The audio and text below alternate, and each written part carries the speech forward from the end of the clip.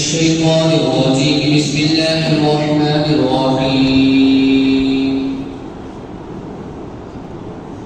إن مثل عيسى عند الله كمثل آدم خلقه من تراب ثم قال له كن فيكون.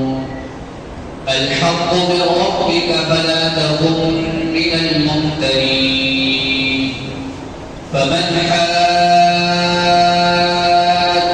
فيه من بعد ما جاءك من العلم فقل تعالوا ندع أبناءنا وأبناءكم ونساءنا ونساءكم وأنفسنا وأنفسكم ثم نبتهل فنجعل لعنة الله على الكاذبين.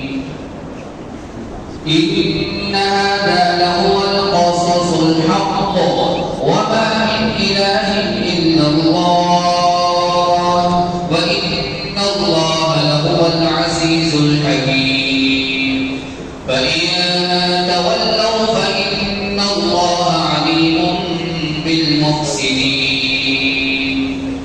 قل يا أهل الكتاب تعالوا إلى كلمة سواء بيننا وبينكم ألا نعبد إلا الله ولا نشرك به شيئا ولا يتخذ بعضنا بعضا أربابا من دون الله فإن تولوا فقولوا اشهدوا بأننا مسلمون. يا أهل الكتاب لم تحاجون في إبراهيم وما أنزلت التوراة والإنجيل إلا من بعده أفلا تعقلون. ها أنتم هؤلاء حاججتم فيما لهم به علم فلم تحاجون فيما ليس لكم به علم والله يعلم وأنتم لا تعلمون.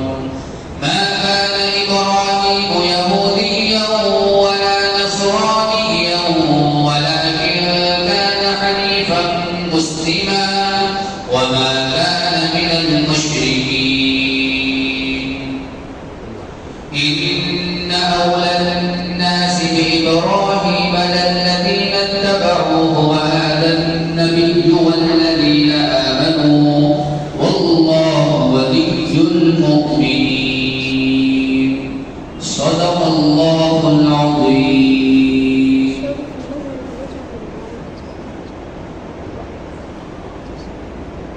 یہ جو آیات آپ کے سامنے تلاوت کی گئی یہ آیات سورہ آل عمران کی آیتیں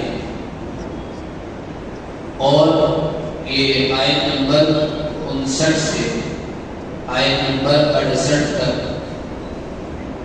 یہ جو آیات تلاوت کی گئی 9 آیتیں ان 9 آیتوں کے اندر اللہ رب العزت نے حضرت عیسیٰ علیہ السلام کے تعلق سے ایک آخری بات اور مزید حضرت ابراہیم علیہ السلام کے تعلق سے ایک بہت اہم بات بیان فرمائی.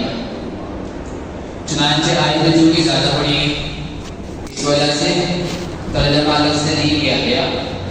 ترجمے کے ساتھ ساتھ تفسیر اور سبق ہم سمجھتے چلیں گے انشاءاللہ. پچھلے ہفتے بات آ چکی تھی کہ اللہ تبارک و تعالیٰ نے جب یہودیوں نے حضرت عیسیٰ علیہ السلام کو سولی دینی چاہی اور آپ کو قتل کرنا چاہا سولی میں لٹکانا چاہا تو اللہ رب العزت نے عیسیٰ علیہ السلام کی طرف وحی کی تھی کہ اے عیسیٰ ہم تم سے وعدہ کرتے ہیں 5 چیزوں کا.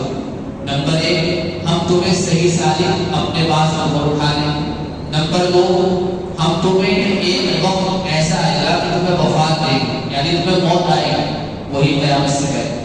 نمبر 3، جو کافروں نے یہودیوں نے تم پر الزامات لگا رکھے ہیں ان الزامات سے تمہیں بری کرے، چنانچہ اللہ نے قرآن میں ان الزامات کا جواب دے کر آپ کو ان الزامات سے بری بھی کر بتایا تھا۔ پچھلے ہفتے 2 الزام لگائے تھے نعوذ باللہ۔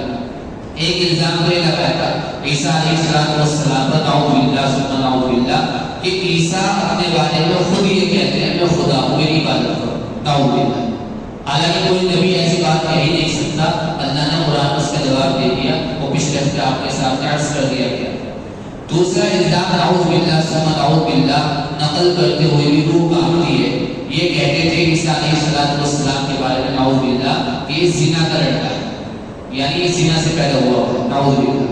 اللہ تعالیٰ نے عیسیٰ علیہ السلام کی پیدائش کا پورا واقعہ اپنے کلام کے اندر بیان فرما دیا، جس سے صاف واضح ہو جاتا ہے کہ عیسیٰ علیہ السلام کو اللہ رب العزت نے بغیر باپ کے محض اپنی قدرت کاملہ سے پیدا فرمایا تھا، اس کا تذکرہ آپ نے سنا۔ اور چوتھا، اللہ تبارک و تعالیٰ نے عیسیٰ علیہ السلام سے وعدہ فرمایا تھا کہ جو لوگ عیسیٰ تمہیں نبی مانیں گے، تمہاری نبوت کا اقرار کریں گے، دنیا کے اندر انہیں غالب رکھوں گا، اور جو تمہاری نبوت کا انکار کریں گے انہیں مغلوب رکھوں گا۔ چنانچہ مسلمان عیسیٰ علیہ السلام کی نبوت کو مانتے ہیں، اور عیسائی عیسیٰ علیہ السلام کی نبوت کو مانتے ہیں، اللہ تعالیٰ نے دنیا کے اندر بھی انہیں بلند کر رکھا ہے۔ اس کی مثال ہم نے آپ کے سامنے پیش کی تھی کہ آج دنیا کے اندر 2 مذہب سب سے زیادہ مشہور اور سب سے بڑے ہیں، نمبر 1 اسلام، نمبر 2 عیسائی۔ دنیا کے اندر بسنے والے زیادہ عیسائی ہیں، نمبر 2 مسلمان۔ اور یہ بھی عرض کیا تھا کہ تقریباً 195 ملک پوری دنیا کے اندر ہیں، جن میں سے 120 ملک عیسائیوں کے ہیں، اور تقریباً 55-56 ملک صرف مسلمانوں کے۔ اور جو عیسیٰ دیکھو، یہ لوگ دونوں جماعتیں، دونوں مذہب والے عیسیٰ علیہ السلام کو مانتے ہیں، ان کی نبوت کا اقرار کرتے ہیں، اللہ نے ان کو بلندی دی ہے دنیا کے اندر۔ لیکن آپ اس سے مت سمجھنا، پچھلے ہفتے بات رہ گئی تھی، عرض کر دی، اس سے آپ یہ مت سمجھنا کہ جو لوگ عیسیٰ علیہ السلام کو نبی مانتے ہیں اور اللہ نے دنیا کو انہیں غلبہ دے رکھا ہے، ان کے بعد دنیا میں کئی ممالک ہیں، 120 ممالک ہیں، یہ مت سمجھنا یہ اللہ تعالیٰ سے ان کے راضی ہونے کی نشانی ہے یا ان کے لیے نجات کا راستہ صاف ہے۔ چونکہ عیسائی کتنا ہی کٹر عیسائی ہو، بہرحال اس کا انجام آخرت میں جہنم ہے۔ اس کی وجہ بہت موٹی سی ہے، بہت معقول ہے۔ وجہ اس کی ہے کیونکہ جو آدمی کلمہ ہی نہیں پڑھا، جو آپ صلی اللہ علیہ وسلم کو اللہ کا رسول نہیں مانتا، آخری نبی نہیں مانتا، وہ چاہے سارے نبیوں کو مان لے، اگر حضور کو نہیں مانتا اس کا ٹھکانا جاتا ہے۔ تو دنیا کے اندر غلبہ دینا، ملک دینا، زمین کا مالک بنا دینا ایک الگ بات ہوگی، لیکن یہ مت سمجھنا کہ یہ اللہ تعالیٰ کی رضامندی کی نشانی ہے۔ 4 نمبر 5 بات اللہ تعالیٰ نے یہ فرمائی تھی عیسیٰ علیہ السلام سے کہ جو لوگ آپ کے بارے میں اختلاف کر رہے ہیں، قیامت کے دن جب میرے پاس آئیں گے میں دودھ کا دودھ کر دوں گا، پانی کا پانی کر دوں گا۔ فی الحال جو یہ جھگڑ رہے ہیں انہیں جھگڑنے دو، جس وقت میرے پاس قیامت میں آئیں گے آپ کے بارے میں جو یہ اختلافات کر رہے ہیں میں سب صاف کروں گا۔ چنانچہ پچھلے ہفتے ساری باتیں عرض کی جا چکی، یہ بھی عرض کیا جا چکا کہ اللہ تعالیٰ نے عیسیٰ علیہ السلام کو سولی پہ لٹکائے جانے سے کس طرح محفوظ رکھا، اس کی ساری تفصیل آ چکی بات۔ آج ہمیں 2 باتیں بیان کرنی ہے، خلاصے کے طور پہ شروع میں آپ یاد رکھیں 2 باتیں بیان کرنی ہے۔ نمبر 1، اللہ کے نبی صلی اللہ علیہ وسلم نے جو ایک وفد آیا تھا نجران سے جو وفد آیا تھا، وہ وفد عیسیٰ علیہ السلام کو خدا مانتا تھا۔ یہ جو بار بار عیسیٰ علیہ السلام کا تذکرہ آ رہا ہے، اس کی وجہ بھی ہم نے پچھلے ہفتے بیان کی کہ تذکرہ کیوں آ رہا ہے۔ 22-23 آیتیں اب تک آ چکی جس کے اندر محض عیسیٰ علیہ السلام کا تذکرہ آ رہا ہے، اور تقریباً 2-3 رکوع ہو گئے کہ انہی کا تذکرہ چل رہا۔ اس کی ہم نے وجہ پچھلے ہفتے آپ کے سامنے عرض کر دی تھی، اگر آپ کے ذہن میں۔ نمبر 3، اچھا 2 باتیں بیان کرنی ہے۔ نمبر 1، آپ صلی اللہ علیہ وسلم کے زمانے کے اندر جو وقت آیا تھا، کہاں سے؟ نجران سے۔ وہ وقت اس بات کا نظریہ رکھا کرتا تھا، یہ اس کی فکر تھی، یہ اس کا عقیدہ تھا کہ عیسیٰ علیہ السلام اللہ کے بیٹے اور جو لوگ عیسائی ہیں، بہت سارے عیسائی ہیں جو عیسیٰ علیہ السلام کو اللہ کا بیٹا مانتے ہیں، دراصل انہیں موازنہ لگا اس چیز سے کہ اللہ تعالیٰ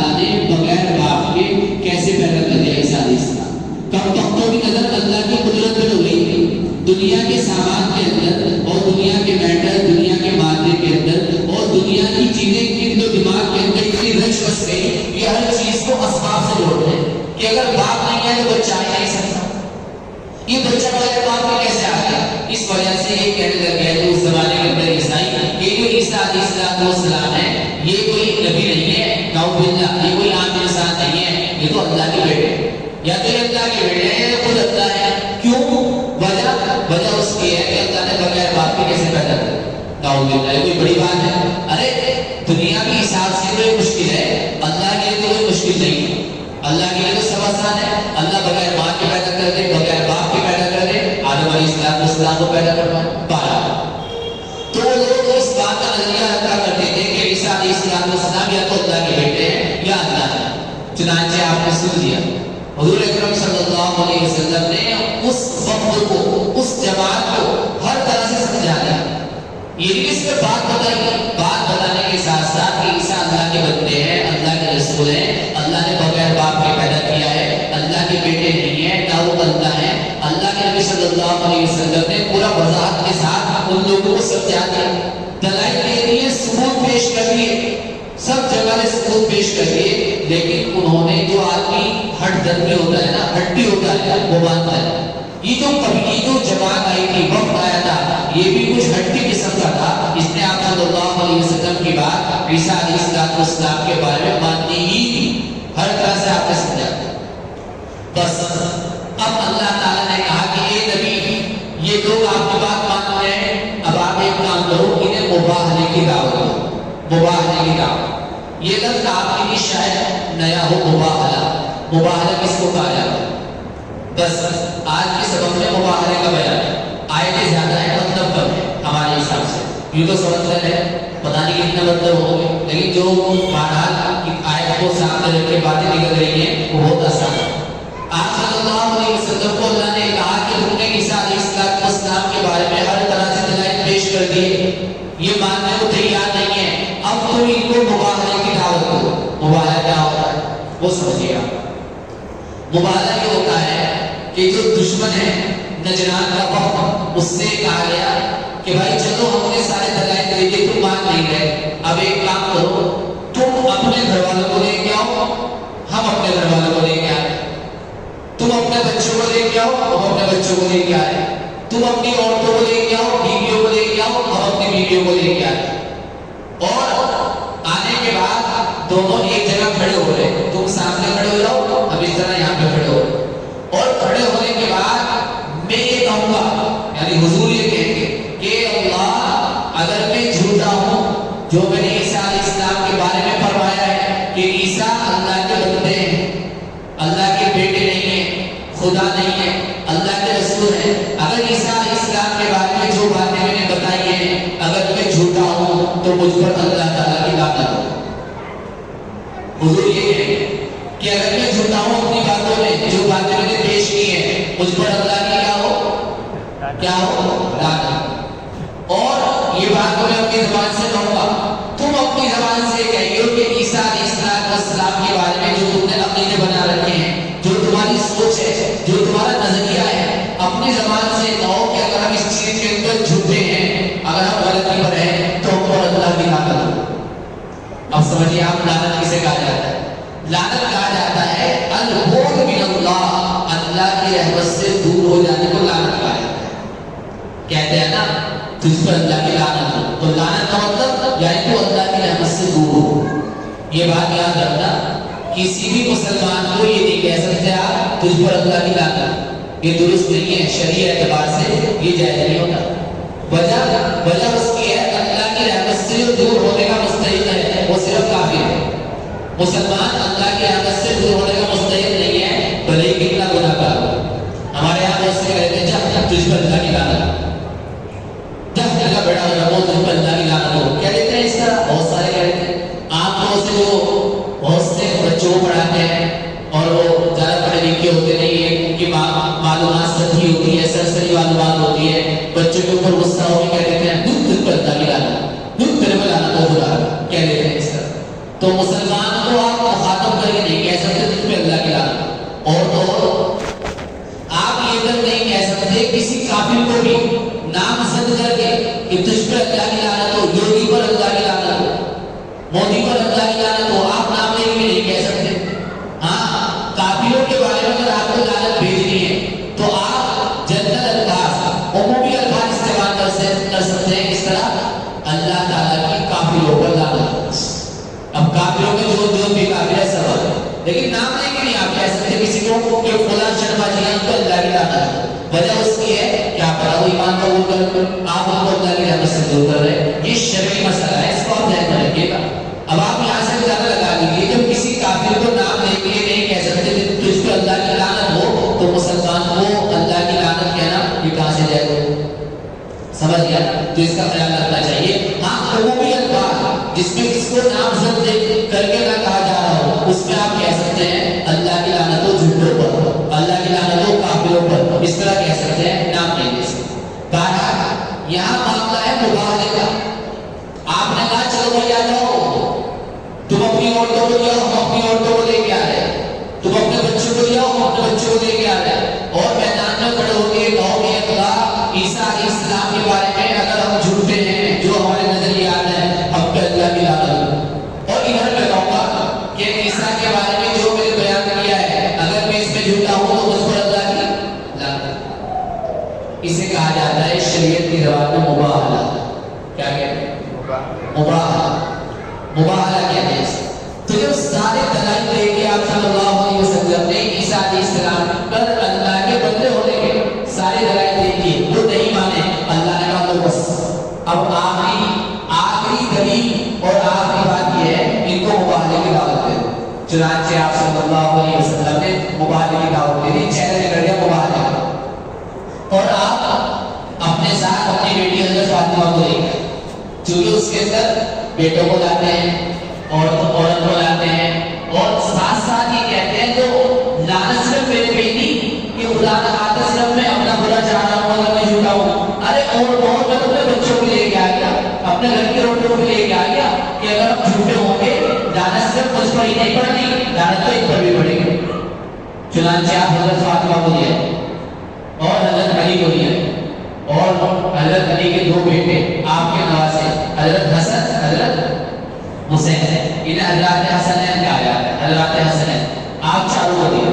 چنانچہ آپ علیہ السلام آ گئے، خود بھی آ گئے، بتاتے خود تشریف لے آئے، اپنی بیٹی حضرت فاطمہ کو دیا ہے اور اپنے دو نواسوں کو دیا ہے، اور اسی طرح اپنے چچا جان بھائی اور اپنے داماد حضرت علی کو دیا. اور آپ نے کہا آ جاؤ بھائی، مباہلے کی دعوت ہے، لعنت کریں گے ایک دوسرے پر، اپنے اوپر لعنت کریں گے تو ہم جھوٹے ہیں. چنانچہ انہوں نے کہا کہ لاؤ کچھ مشورے کا بھی موقع دو، ہم تھوڑا مشورہ کر لیں.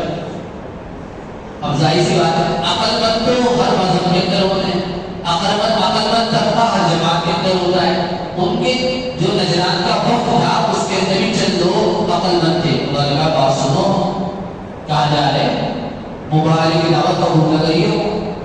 کیوں کیا ہوگا کہ تم انجیل میں پڑھ چکے کہ ایک نبی آئیں گے، نبی آخر الزمان جن کا نام محمد ہوگا، احمد ہوگا ان کا نام، تمہارے نبی عیسیٰ نے بتایا. اور وہ ساری علامتیں جو انجیل کے اندر لکھی ہوئی ہیں آخری نبی ہونے کی، وہ اس شخص کے اندر ساری علامتیں پائی جا رہی ہیں. کس وجہ سے تم انکار کر رہے ہیں ان کا؟ اگر تم ان کو نبی نہیں مان رہے نہ مانو، لیکن مباہلے کا چیلنج قبول نہ کریو. کیوں؟ یہ وقت کے نبی ہیں، اگر ان کی بددعا پڑ گئی تمہارے اوپر تو تم کہیں گے نہیں. چنانچہ مشورے کے بعد کہنے لگے کہ جی اس طرح کرتا ہے نا، جب کوئی راستہ نہیں ملتا بھاگنے میں وہ اس طرح کرتا ہے. چنانچہ کہنے لگے کہ نہیں بس ہم نہیں آتے، ہم مباہلے کے لیے اپنے آپ کے اس چیلنج کو قبول نہیں کرتے. چنانچہ ان لوگوں نے راہ فراہ اختیار کی، بھاگ گئے، مباہلے کے لیے نہیں آئے. کیوں؟ بتاؤ کہ یہ وقت کے نبی ہیں، اگر انہوں نے لعنت کر دی ہم کہیں گے نہیں. چنانچہ آپ صلی اللہ علیہ وسلم تو ڈٹ کے کہہ رہے ہیں کہ اگر میں جھوٹا ہوں مجھ پہ اللہ کی لعنت ہو. ظاہر سی بات ہے آپ جھوٹے تھے اور جھوٹ کا آپ کے یہاں کوئی شائبہ بھی نہیں تھا تو آپ کو بھول کے کہہ رہے تھے، لیکن وہ اپنی زبان سے کہہ نہیں پا رہے تھے. کیوں؟ اگر وہ کہہ رہے تھے ان کا بڑا گھر ہو جاتا سنگیا ناز لاتا. چنانچہ وہ بھاگ گئے. آپ صلی اللہ علیہ وسلم کا ارشاد ہے، حدیث میں آپ نے ارشاد فرمایا اگر یہ دو مباہلے کے چیلنج کو قبول کر لیتے اور سامنے میدان میں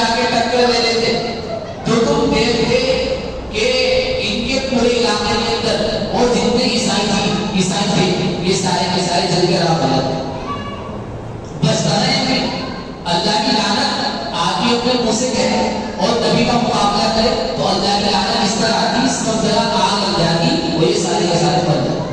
چنانچہ آپ صلی اللہ علیہ وسلم نے مباہلے کی دعوت دی، مباہلے کے چیلنج کو انہوں نے قبول نہیں کیا اور آخرکار یہ بھاگ گئے۔ بس اسے کہا جاتا ہے مباہلہ، اور آپ صلی اللہ علیہ وسلم کی اس چیلنج کو انہوں نے قبول نہیں کیا اور بھاگ گئے۔ یہ آخری دور اور آخری راستہ ہوتا ہے جب ہمارا مخاطب کسی طرح بھی دلیلوں کے ذریعے نہ مانے تو آخر میں اس سے کہا جاتا ہے چل بھائی آپ بیٹھ میں بیٹھ رہا، اگر میں جھوٹا ہوں میرے پہ اللہ کی لعنت، اگر تو جھوٹا ہے مجھ پہ اللہ کی لعنت۔ آخری دور آج بھی ہے۔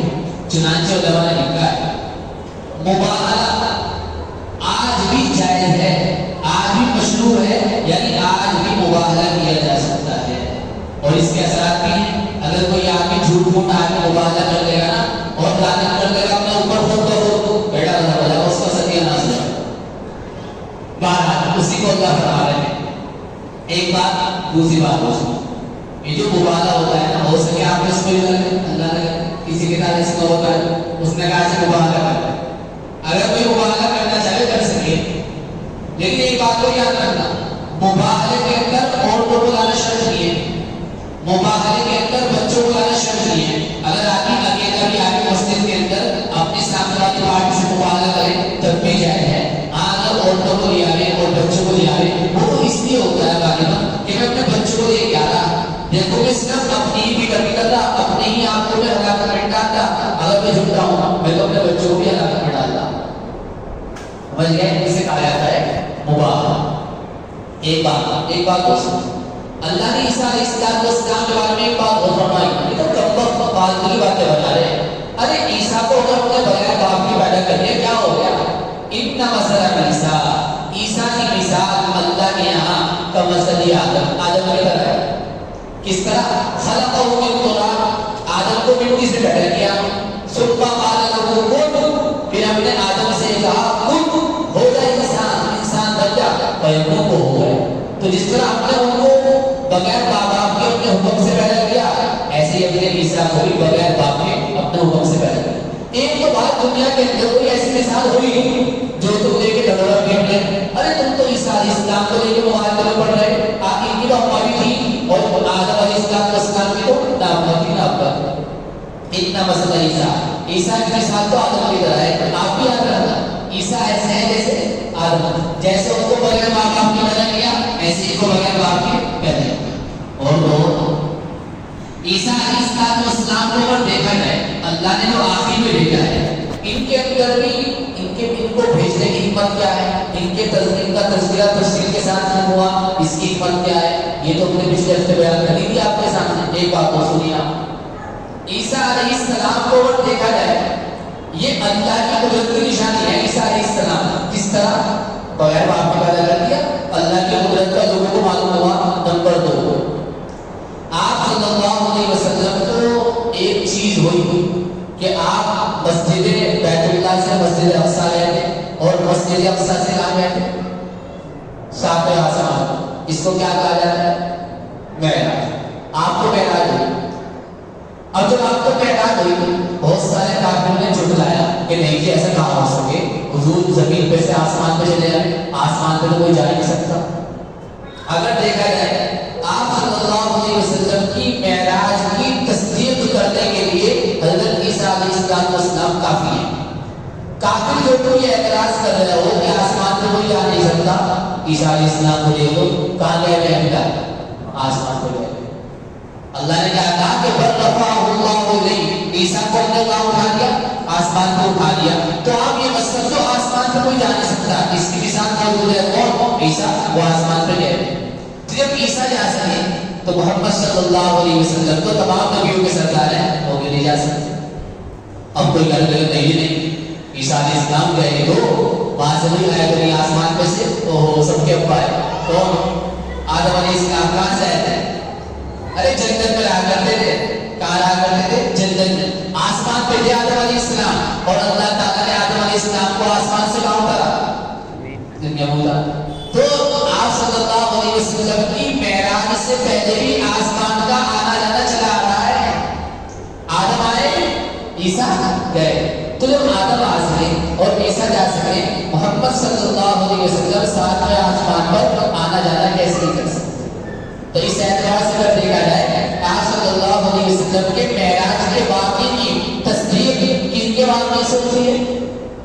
عیسیٰ علیہ السلام کے واقعے سے۔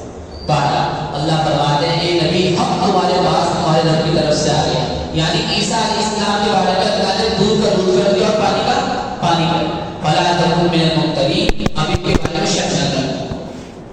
اور دیکھو جو ہم نے آپ کو بتایا نا، حضور نے کس چیز کی دعوت کی تھی؟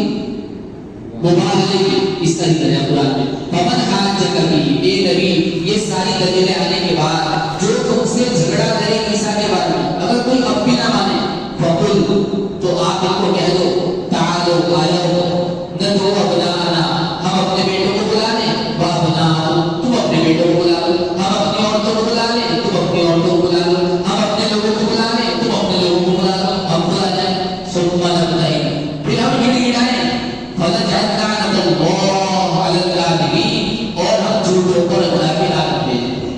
چنانچہ اللہ نے کیا حکم دیا، حضور نے شہر چھڑ دیا، لیکن وہ آئے نہیں، ان ھذا لہو القصص الحق، بے شک یہ واقعات کا بالکل سچا بیان ہوئی ہے جو ہم نے بیان کیا۔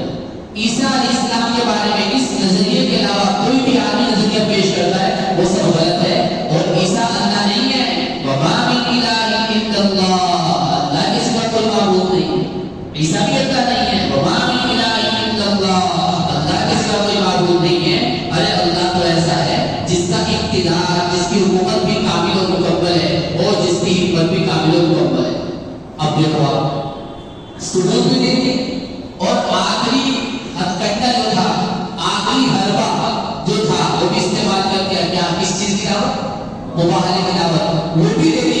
اگر یہ کم بہت اب بھی نہیں مانتے پھر بھی اگر یہ منہ موڑے فساد میں بھی کر رہی ہے، آپ نے تو بات پہنچا دی، اللہ تعالیٰ فساد پھیلانے والوں کو خوب جانتا ہے، خود بھی بڑھ لگا۔ اس سے معلوم ہوا اگر تمہارے سمجھانے بجانے سے کوئی آدمی مانتا ہے اچھی بات ہے، اگر کوئی نہیں مانتا ہے نا تو ذرا اس کے پیچھے نہ پڑو، جب اللہ تعالیٰ کیا کرو گا خود حساب کتاب ہو جائے گا۔ بس بات ختم، یہ ساری بات مکمل ہو گئی۔ اب اللہ تعالیٰ ایک عمومی الفاظ میں یہودیوں کو اور عیسائیوں کو دعوت دے رہے کہ ساری بات چھوڑ دو، آ جاؤ مجھے مان لو، اللہ کو مان لو۔ قل یا اہل الکتاب، اے نبی کہہ دو اے اہل کتاب، اہل کتاب جب بھی بولا جائے اس سے دو جماعتیں مراد ہوتی ہیں، کون کون؟ ایک یہودی اور ایک عیسائی۔ ان کو اہل کتاب اس وجہ سے کہا جاتا ہے کہ ان کو کتاب دی گئی کون سی؟ تورات، موسیٰ علیہ السلام ان کے ماننے والوں، اور انجیل عیسیٰ علیہ السلام کو ان کے ماننے والوں۔ ان سے کہو اے اہل کتاب تعالوا الی کلمۃ، ایک کلمے کی طرف آ جاؤ۔ وہ کیا ہے کلمہ؟ سواء بیننا و بینکم، وہ کلمہ تمہارے درمیان بھی برابر ہے ہمارے درمیان بھی برابر ہے۔ وہ کیا ہے؟ اللہ نعبد الا اللہ، اللہ کے ساتھ اللہ کے علاوہ کسی کی عبادت نہ کرو، ولا نشرک بہ شیئا، اللہ کے ساتھ ہم کسی کو شریک نہ کریں۔ آ جاؤ ایک کام کرو، سارے اختلاف کرو، عیسیٰ علیہ السلام کو ہم کیا مان رہے ہیں، ہم کیا مان رہے ہیں، ایک منٹ کے لیے ختم کر دو، ارے اللہ کو تو مان دو آگے۔ اور ولا يتخذ بعضنا بعضا اربابا من دون اللہ، آ جاؤ ہم اللہ کو چھوڑ کے ایک دوسرے کو رب نہ بنائیں، اس کا وعدہ کر دو میرے سے۔ آ جاؤ، اب آپ کے ذہن میں سوال پیدا ہونا چاہیے کہ اللہ کو چھوڑ کے ایک دوسرے کو رب نہ بنائیں، تو کیا عیسائی اللہ کو چھوڑ کے ایک دوسرے کو رب بنایا کرتے تھے؟ جی ہاں، بنایا کرتے تھے۔ اللہ نے نبی کیا فرمایا؟ اللہ کیا فرما رہا ہے کہ ان سے کہو آ جاؤ اللہ کو مان لیں اور اللہ کو چھوڑ کے ایک دوسرے کو رب نہ بناؤ۔ تو اس وجہ ایسا محسوس ہو رہا جیسے عیسائی ایک دوسرے کو کیا بنایا کرتے تھے؟ رب بنایا کرتے تھے۔ ہاں ایسا ہی ہے۔ کیسے؟ ایک صحابی ہے جن کا نام ہے عدی بن حاتم رضی اللہ عنہ، قرآن کی ایک آیت نازل ہوئی، وہ ہے اتخذوا احبارهم ورهبانهم اربابا من دون اللہ والمسیح ابن مریم۔ سنیے بات کو غور سے، یہ آیت ہے، اس آیت میں یہ ہے کہ یہودیوں نے عیسائیوں نے اپنے علماء کو رب بنا دیا تھا اللہ کو چھوڑ۔ جس وقت یہ آیت نازل ہوئی اس وقت یہ صحابی کا نام عدی بن حاتم ہے، انہوں نے معلوم کیا اے اللہ کے رسول بلا لوگوں کو رب بنا لے، اور یہود و نصارا نے لوگوں کو رب کیسے بنایا؟ سنا آپ بھی سوچ رہے ہوں گے رب کیسے بنایا جائے، اس کو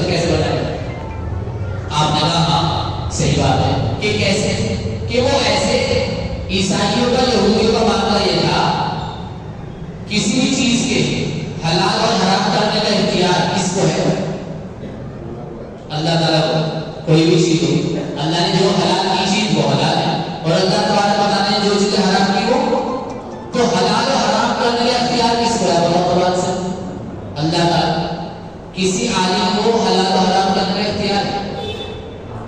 جتنے بھی عالم کتابوں کے اندر لکھتے ہیں کہ فلاں چیز حلال ہے جو جب لکھتے ہیں وہ ایسا نہیں ہے کہ بس اپنے من میں آگے لکھ دیا, ایسا نہیں ہے.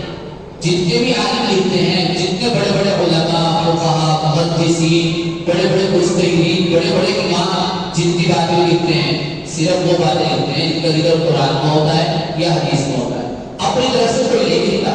کوئی اتنا پاگل نہیں ہے کہ قیامت کے دن سب کا باپ ہو اپنے سر لے کے جا رہا. سمجھ گیا نا؟ تو ہمارے علماء جتنی باتیں بیان کرتے ہیں وہ سب قرآن اور حدیث سے اخذ کر کے اور نکال کر ہی بیان کرتے ہیں. بہت سا کہہ دینا کہ ہاں یہ تو مولویوں کے اپنے بتائے مسئلے ہیں. ایسا کوئی مولوی پاگل نہیں ہے, کوئی مولوی پاگل نہیں ہے. اور ایک بات بتاؤں میں آپ سے, مولوی سے زیادہ کوئی عقل مند بھی نہیں ہے. جی کس طرح سنیں اس طرح آپ نے دیکھا کہ جب کسی مولوی کو, کسی عالم کو کوئی پریشانی ہے, کوئی بیماری ہے, آپ نے پتہ نہیں کتنے عالموں کو, کتنے مولویوں کو ڈاکٹروں کے پاس بیٹھا ہوا دیکھا ہوگا. دیکھا ڈاکٹروں کے پاس جب وہ بیمار ہوتے ہیں جاتے ہیں. ان کا کوئی مسئلہ ہوتا ہے کچہری کا تو وکیل کے پاس بھی جاتے ہیں. ان کا کوئی مسئلہ ہوتا ہے کسی انجینئر کا, اس کے پاس بھی جاتے ہیں. جس ڈپارٹمنٹ اور جس شعبے کے آدمی کی انہیں ضرورت پڑتی ہے وہ اس کے پاس جاتے ہیں اپنا کام ٹھیک کرا. سمجھ گیا؟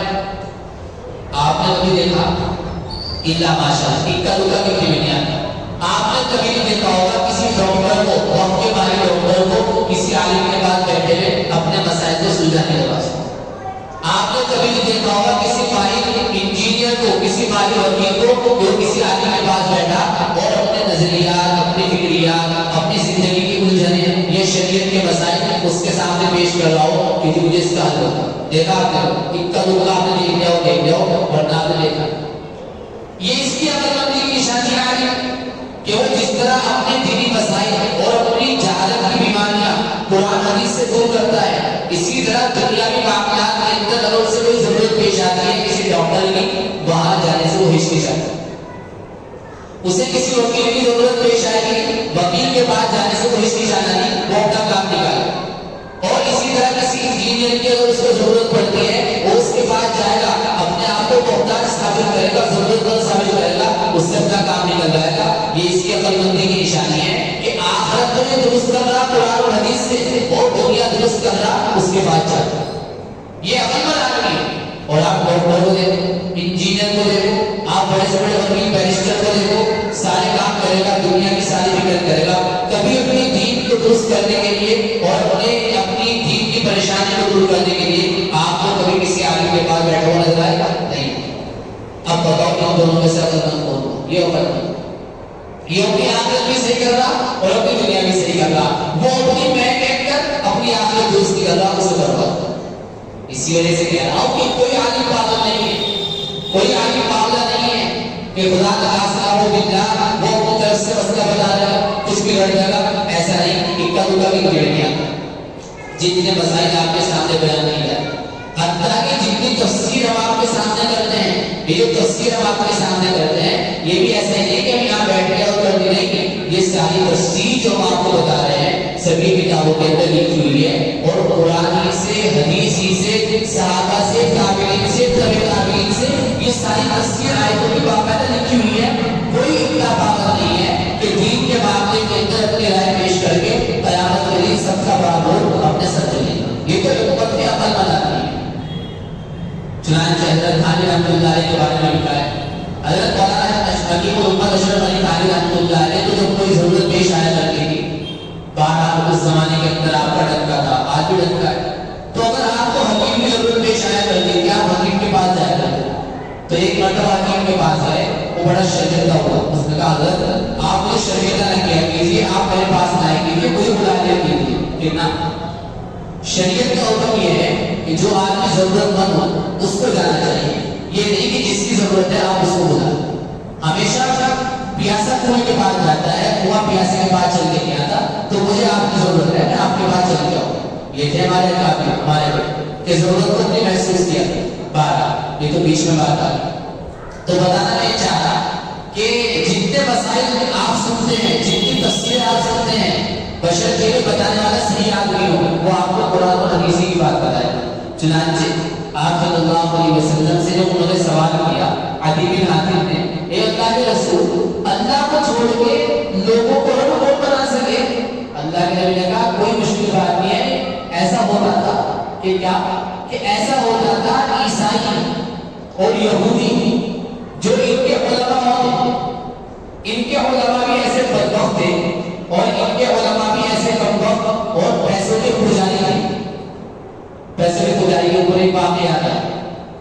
حضرت مولانا شیخ علی تھانوی رحمۃ اللہ علیہ آپ کے زمانے کے اندر ہر آدمی یہ چاہ کرتا تھا حضرت تھانوی مجھے بیعت کر دے، بیعت کر دے اپنے ہاتھ. حضرت تھانوی کے یہاں بیعت کرانے کے اصول بہت زیادہ سخت ہیں، ہر ایک کو آپ بیعت نہیں کیا کرتے. چنانچہ ایک نواب صاحب ہے جو پیسے والا ہوتا ہے، عام طور سے سب میں نہیں ہوتی، عام طور سے تکبر ہوتا ہے، عام طور سے سب میں نہیں ہوتا. چنانچہ نواب صاحب ہے لکھنؤ میں کانگو آنے کے بعد اتنا بڑا تھیلا لے گیا پیسوں کا بھرا اور آ کے حضرت تھانوی کی خدمت میں پیش کیا تو حضرت مجھے بیعت کر دو، پیسے دے کے بیعت کرا تو حضرت مجھے بیعت کر دو. حضرت نے کہا یہ کیا ہے کہ یہ ابھی آیا آپ کا رکھ دو مجھے بیعت کر. حضرت نے کہا کہ بھائی میرے یہاں تو بیعت کی بہت شرطیں ہیں، میرے یہاں تو باقاعدہ رہنا پڑتا ہے کہ یہ جیب کھولو کتنا، جیب کھولو ہی مرتبہ. تو حضرت نے پکڑا اٹھا کے کہا کہ چپلوں میں ڈال دو سارے پیسوں کو، جتنے پیسے ہیں سب کو چپلوں میں ڈال اور کہا نکل جائے یہاں سے. کیونکہ حضرت تھانوی کا نوابوں کے ذہن میں بہت درست ہوئے. حضرت نے اچھا جو درست کیا. چنانچہ کہا کہ وہاں ڈالے چپلوں کے اندر، چپلوں کے اندر اس کے پیسے ڈال دیے تو اس کا خون کھول گیا. جاتے جاتے کہہ رہا حضرت کو اتنا کوئی دینا نہیں، جتنے میں دینا اتنے کوئی دینا نہیں. حضرت نے کہا لے جا، اتنا کوئی ٹھکرا دے گا نہیں، جتنے میں نے ٹھکرا دیا اتنے کوئی ٹھکرا دے گا نہیں. بہرحال میں تو عرض یہ کرنا چاہ رہا کہ ہمارے علماء یہ دنیا کی محبت میں گرفتار نہیں. چنانچہ وہ جو تھے عیسائیوں کے علماء، ان کا معاملہ یہ تھا خدا نہ خواستہ کس نے کوئی گناہ کر دیا، اب اس گناہ کی سزا یہ ہے کہ اس کو خدا سزا دی جائے. اب جس نے گناہ کیا وہ تھا گیا، وہ گیا علماء کے پاس، ذرا وہ بچے سے گناہ ہو گیا تو وہ سزا اس کی ہے ذرا تھوڑا سا اچھا کوئی وہ تو اس میں تو گنجائش ہے، اس کا گنجائش ہے اس طرح، اور اپنا اس کو پین کیا اور پین کے بعد معاشی میں ڈال دیا، اس طرح کتاب کو بدل دیا. اور اگر یہ مسئلہ پوچھنے کے واسطہ ہے اور نیچے اس نے مسافہ کر لیا، مسافہ کرنے کے بعد مسئلہ اس کے حساب سے ہوتا ہے. جو چیز حلال تھی اس کو حرام بنا دی، وہ جو حرام تھی اگر پیسے لے کیا ہوتا ہے حلال ہوتا بس. حالانکہ حلال اور حرام کرنے کا اختیار کس کو ہے؟ اللہ تعالیٰ کا رب کو. اس وجہ سے اللہ نے قرآن میں بیان فرمایا کہ ان لوگوں نے اپنے علماء کو، اپنے بڑوں کو اللہ کو چھوڑ کے کیا بنا دیا تھا؟ رب بنا دیا تھا. جس چیز کو انہوں نے حلال کیا دیا ان کو حلال کر دیا، اور جس چیز کو انہوں نے حرام کیا دیا علماء نے اس کو حرام کر دیا. اسی کو اللہ فرما رہے کہ ان سے کہو کہ آؤ ولا يتخذ بعضنا بعضا اربابا من دون اللہ، ہم اللہ تعالیٰ کو چھوڑ کے ایک دوسرے کو رب نہ بنائیں. وَإِن تَوَلَّوْا فَقُولُوا اشْهَدُوا بِأَنَّا مُسْلِمُونَ، پھر بھی اگر یہ بات نہ مانے تو تم کہہ دو کہ تم گواہ ہو تو مسلمان. بات کرو ایک بات ہوئی، دو بات ہوئی. نمبر ایک مباہلہ کسے کہا جائے وہ آپ کے سامنے عرض کر دیا گیا. دوسری بات یہ بیان ہو گئی کہ آپ صلی اللہ علیہ وسلم کے ذریعے اللہ تعالیٰ نے پورے یہودیوں کو اور پورے نصرانیوں کو کس چیز کی طرف دعوت دی؟ توحید کی طرف دعوت دی. آخری بات سمجھ گیا. ایک نبی ہے جن کو سب جانتے ہیں، حضرت اسماعیل کے ابا، کیا نام؟ حضرت ابراہیم علیہ السلام.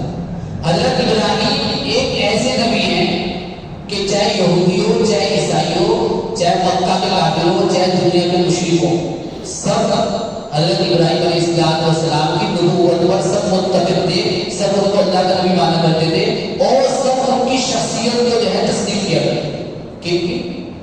حضرت ابراہیم علیہ السلام. اب جو آدمی جانا مانا ہونا، ہر آدمی سوچے گا میرا بڑا ہے. یہودی یہ کہا کرتے تھے کہ ابراہیم تو یہودی تھے، یہودی یہ کہا کرتے تھے کہ ابراہیم تو یہودی تھے. عیسائی کہا کرتے تھے کہ ابراہیم عیسائی تھے، نصرانی تھے. اب آپ کو کتنا انتر ہے بات کے اندر، کتنا فرق ہے. اب یہ بتاؤ حضرت ابراہیم پہلے ہیں، حضرت موسیٰ پہلے ہیں، حضرت ابراہیم پہلے اور موسیٰ علیہ السلام سے 1000 سال پہلے ابراہیم علیہ السلام اور عیسیٰ علیہ السلام سے 2000 سال پہلے ابراہیم علیہ السلام۔ اب ہمیں ذرا آپ یہ بتاؤ، میرا آپ سے سوال ہے، یہودیت دنیا میں کب آئی؟ موسیٰ علیہ السلام کے بعد۔ موسیٰ علیہ السلام کے ماننے والوں کو کیا کہا جاتا ہے؟ یہودی کہا جاتا ہے۔ تو یہودیت دنیا میں کب آئی؟ موسیٰ علیہ السلام کے بعد۔ اور عیسائیت دنیا میں کب آئی؟ عیسیٰ علیہ السلام کے بعد۔ بہت کامن سی بات ہے۔ اور تورات کس پہ نازل ہوئی؟ موسیٰ علیہ السلام پر۔ انجیل کس پہ نازل ہوئی؟ عیسیٰ علیہ السلام پر۔ تو یہودیت اور نصرانیت ان دونوں کی شروعات ہوئی، یہودیت کی ہوئی موسیٰ علیہ السلام کے زمانے سے اور نصرانیت کی ہوئی عیسیٰ علیہ السلام کے بعد۔ اب بابا ابراہیم علیہ السلام کب گئے ہیں؟ 2000 سال پہلے۔ ان کا یہ وجود بھی نہیں تھا جب وہ نبی بنائے گئے تھے، جب وہ چلے بھی گئے تھے۔ تو اللہ کے بندوں، یہودیت تو چلی ہے کس سے؟ موسیٰ علیہ السلام سے۔ نصرانیت اور عیسائیت چلی ہے کس سے؟ عیسیٰ علیہ السلام سے۔ تو جس کا وجود ہی آج ہوا ہے اور ابراہیم علیہ السلام 1000 سال پہلے تھے، تو ابراہیم یہودی اور نصرانی کیسے ہو گئے؟ آپ خود غور کر لو۔ ارے ابراہیم یہودی کیسے ہو گئے؟ ابراہیم عیسائی کیسے ہو گئے؟ یہودیت اور عیسائیت تو اب چلی ہے اور وہ 1000 سال پہلے آگے جا بھی چکی۔ اسی کو اللہ فرما رہے یا اہل کتاب، ایک کتاب والو۔ اب تو آپ خود ہی ترجمہ کر دو، اس کا کون مراد ہے؟ یہودی اور عیسائی۔ اے اہل کتاب لما تحاجون فی ابراہیم، ارے تم ابراہیم کے بارے میں کیوں جھگڑ رہے ہیں کہ وہ کیا ابراہیم یہودی تھے، وہ کیا ابراہیم عیسائی تھے؟ ارے وما انزلت التوراۃ والانجیل الا من بعد، تورات ہو یا انجیل ہو، یہ دونوں کتابیں تو ابراہیم کے بعد نازل ہوئی۔ اور یہودیت چلی تورات سے اور عیسائیت چلی انجیل سے، اور یہ دونوں کتابیں ان کے بہت بعد نازل ہوئی۔ وہ کہاں سے یہودی ہو گئے، عیسائی ہو گئے؟ افلا تعقلون، کب تک تو تمہیں تو کچھ بھی پتہ نہیں ہے۔ دیکھو ترجمہ اس کا، کب تک تو تمہیں پتہ ہے، افلا تعقلون، تمہیں تو کچھ بھی پتہ نہیں ہے۔ یعنی اتنی موٹی سی بات سمجھ نہیں آتی، وہ گاؤں ہو گئے۔ ہاں تم ہاؤلائی حاجتم، ارے تم تو اس طرح کے آدمی ہو، جھگڑا بھی اس چیز میں کر رہے ہیں جس کی تمہیں ہوا بھی نہیں ہے۔ بتاؤ ابراہیم علیہ السلام کب تھے، اس کو لے جھگڑا کر رہے ہیں۔ واللہ یعلم وانتم لا تعلمون، ارے اللہ جانتا ہے تم نہیں جانتے۔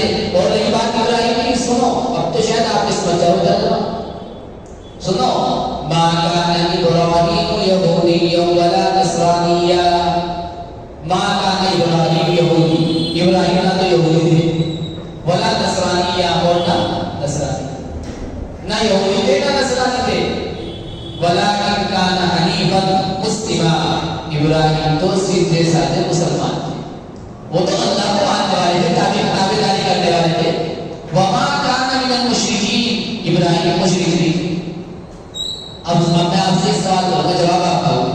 وما کان من المشرکین، ابراہیم مشرک نہیں تھے۔ اب بتاؤ عیسائی مشرک ہیں کہ نہیں ہے؟ مشرک، اس وجہ سے مشرک ہیں کہ وہ عیسیٰ کو اللہ کا بیٹا کہتے ہیں۔ تو ابراہیم تو مشرک نہیں تھے، تم تو مشرک ہو، تمہارا کا کیا جو سمجھ گئے؟ ببی تفاوت راز کجا استابت ہو جا، صلاح کار ہو جا ومن خراب ہو جا، ببی تفاوت راز کجا استابت ہو جا۔ یہ فارسی ہے کہ کہاں ابراہیم کی درستگی اور کہاں تمہاری بربادی۔ ارے راستے کا فرق تو دیکھتے ہو، وہ کہاں تو کہیں سے کوئی جڑ بیٹھتا ہی نہیں۔ ابراہیم مشرک نہیں تھے اور تم تو مشرک ہو، تم تو عیسیٰ کو اللہ مانتے ہو۔ اور ایک بات یہودیوں کی، یہودی بھی عیسیٰ علیہ السلام کا انکار کیا کرتے تھے، تو تمہارا تو ابراہیم سے کوئی لین دین نہیں، کوئی جوڑ ہی نہیں ہے۔ ابراہیم تو بالکل سیدھے سارے مسلمان تھے، سارے باطل دین سے یکسو ہو کر صرف ایک ہی یعنی توحید کی طرف مائل ہونے والے تھے۔ یہ ترجمہ ہے حنیفہ کا، ہے نا، ولکن کان مسلما، ابراہیم مسلم تھے۔ حنیفہ، حنیف کا مطلب تمام برے مذہبوں سے ہٹ کر ایک مذہب کی طرف چلنے والے تھے۔ وما کان من المشرکین، ابراہیم مشرک نہیں تھے، اور تم تو مشرک ہو، تم تو عیسیٰ کو اللہ کا بیٹا ہے، تو تمہارا کیا؟ اچھا ابراہیم کے قریب کون ہے؟ پھر سنو، یہودی ابراہیم کے قریب ہے اور نہ عیسائی کون قریب ہے؟ سنو ہم تم قریب ہیں. دیکھو ان اول الناس بابراہیم، لوگوں میں ابراہیم کے ساتھ تعلق کے اعتبار سے سب سے زیادہ حقدار، لوگوں میں ابراہیم کے ساتھ تعلق کے اعتبار سے سب سے زیادہ حقدار للذین اتبعوا، وہ لوگ ہیں جنہوں نے ابراہیم کا کہا مانا. ابراہیم علیہ السلام کے زمانے میں جو ان کے ماننے والے تھے وہ ابراہیم کے زیادہ قریب ہیں، نہ کہ یہودی اور نہ عیسائی. وَهَذَا النَّبِيُّ، اور یہ نبی یہ ابراہیم کے زیادہ قریب ہیں. یہ نبی سے مراد میرے اور آپ کے نبی آخر الزمان جناب محمد رسول اللہ صلی اللہ علیہ وسلم، یہ نبی زیادہ قریب ہے. چنانچہ آپ صلی اللہ علیہ وسلم ملت ابراہیمی کے نقش قدم پہ ہیں اور باقاعدہ آپ کو قرآن کا اللہ نے حکم دیا اے نبی اتبع ملت ابراہیم حنیفا، اے نبی ابراہیم کے طرز پر زندگی گزارو. تو تین آدمی ابراہیم کے قریب ہے. نمبر ایک ان کے زمانے میں ان کی بات ماننے والے. نمبر دو وَهَذَا النَّبِيُّ، اور یہ نبی سے مراد آپ صلی اللہ علیہ وسلم. اور نمبر تین میں اور آپ وَالَّذِينَ آمَنُوا، اور جو لوگ ایمان لے کر. الحمدللہ ہم سب مسلمان ہیں، ہم ابراہیم کے زیادہ قریب ہیں. تم کہاں سے اپنا رشتہ سے جوڑ رہے ہیں؟ وَاللَّهُ وَلِيُّ الْمُؤْمِنِينَ، اللہ بھی ایمان والوں ہی کا مددگار ہے، انہی کا کارساز ہے، انہی کا مولا ہے. اور یہودیوں اور عیسائیوں تمہارا ابراہیم سے کوئی تعلق نہیں ہے. یہودیت چلی ہے کب سے؟ تورات کے بعد. عیسائیت چلی ہے کب سے؟ انجیل کے بعد. اور ابراہیم کب آئے تھے؟ 2000 سال. تو ابراہیم سے تو تمہارا کوئی جوڑی نہیں ہے. البتہ اور نہ تو ابراہیم کے نقشے پر رکھ دو، ابراہیم مشرق نہیں تھے اور تم ٹھہرے مشرق. اور رہی بات سنو، جاتے جاتے ایک بات سمجھ جاؤ، رہی بات کون ابراہیم کے قریب ہے؟ ابراہیم کے قریب وہ ہیں جنہوں نے ان کے زمانے میں ان کی